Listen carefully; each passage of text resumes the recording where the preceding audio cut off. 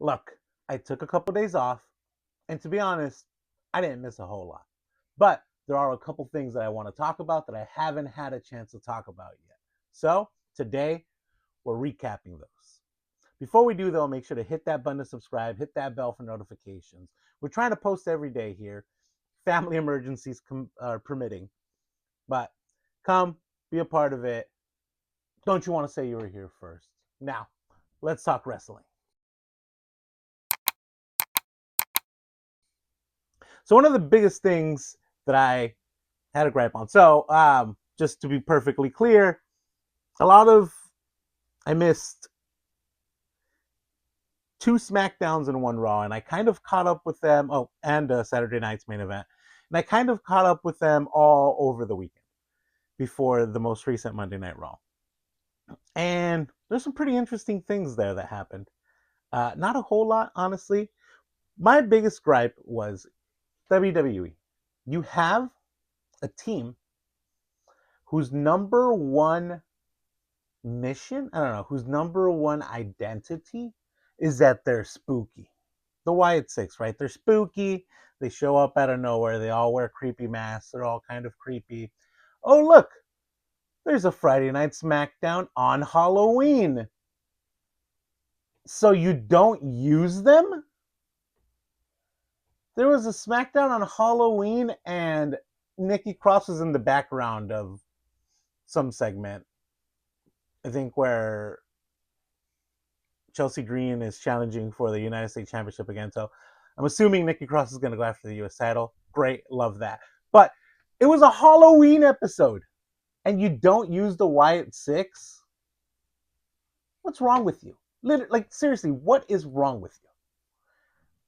Biggest slam dunk, right? Make it all about the Wyatt Six. Make it an episode where the Wyatt Six are kind of freaking everybody out. Oh, look, it's Halloween. Oh, my God, the Wyatt Six. No, they're just not going to be on your TV. Smart. Great job, Road Dogg. That was one of my biggest complaints of that episode. Uh, One of the things that I loved that happened while I was gone, Jade Cargill becoming a heel. Now, since then, right, she obviously won the championship on Saturday night's main event. Love that. Whether Tiffany Stratton is hurt or not, I think this was the right move. Jade Cargill is built to be a heel, right? Like nothing about her, like her physique, her persona, the way she like walks like she's better than everyone because she is. That is such a heel way of carrying herself. This woman was born to be a heel, and it was about time that they turn her.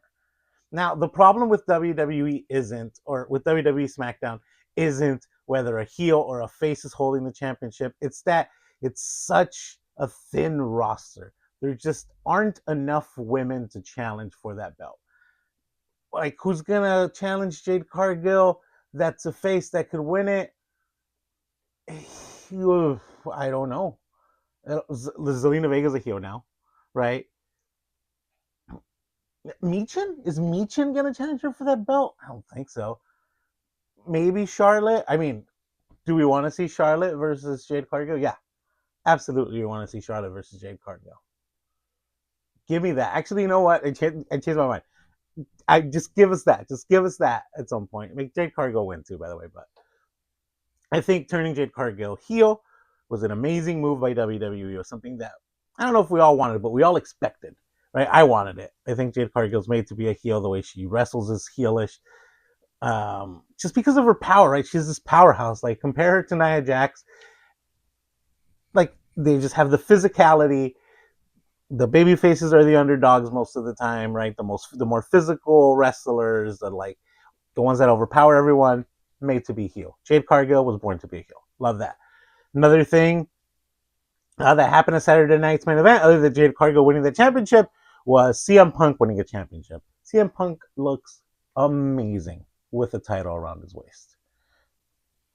I liked the story of when he won and then Seth Rollins immediately cashed in. I think that was perfect. Obviously, they had to pivot when Seth Rollins got hurt. I think that this is the great pivot because putting the belt on Braun Breaker right away it could be a big mistake. So I think Braun Breaker chasing the belt from CM Punk, right? Especially because it seems like there's going to be some sort of CM Punk team versus Vision team for War Games, so it's not going to happen immediately, right? But Braun Breaker chasing the title from CM Punk is a fun story that we can all get behind. So CM Punk winning the title from Jey Uso, I guess the vacant title beating Jey Uso, perfect story. I love the way that WWE retconned that whole storyline. So, in recap, why weren't the Wyatt Six on your Halloween spooky episode? And then the two new champions on that were crowned on Saturday night's main event. Great. The third thing, especially when you watch 2 episodes of Monday Night Raw, or I'm sorry, 2 episodes of Friday Night Smackdown, and an episode of Saturday night's main event, kind of back to back like that, is Cody Rhodes needs to turn heel. That's one thing that I noticed. Cody Rhodes needs to turn heel. He has all of the reason to turn heel, right? Like this whole nice guys didn't finish last until I got here. Wow, that's terrible. I hate that. I don't want that. Cody Rhodes needs to be a heel because everything Drew McIntyre has said has been justified. Why did he hit him with the belt a couple weeks ago? Why did he hit him with the belt on Saturday night's main event? Yes, it's all legal, right? But when a heel does it, you're like, oh, he had to resort to heelish tactics, right? When Dominic Mysterio uses these heelish tactics to win a triple threat match where you can use weapons in the ring, everyone's like, oh, Dirty Dom being dirty. But when Cody Rhodes does it, it's like, well, it's justified. He can do it. If Drew McIntyre can do it, so can he. No.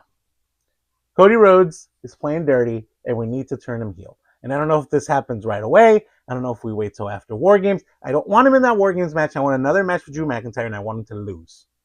I want him to lose against Drew McIntyre for a title match, and then maybe that's what makes him spiral into a heel. I don't know. Those are just my thoughts, especially watching a week and a half's worth of wrestling in about 48 hours. Uh, most of it being my flight back from California across the country. I'm in New York, from California to New York. I watched a lot of wrestling in that flight. And you pick up a lot when you watch things like that back to back. Not all good.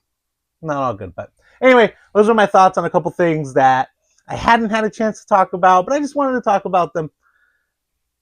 Let me know what you think, right? Let me know if I'm out of my mind. Let me know if these things. My biggest thing, you have the Wyatt Six, and it's a Halloween episode.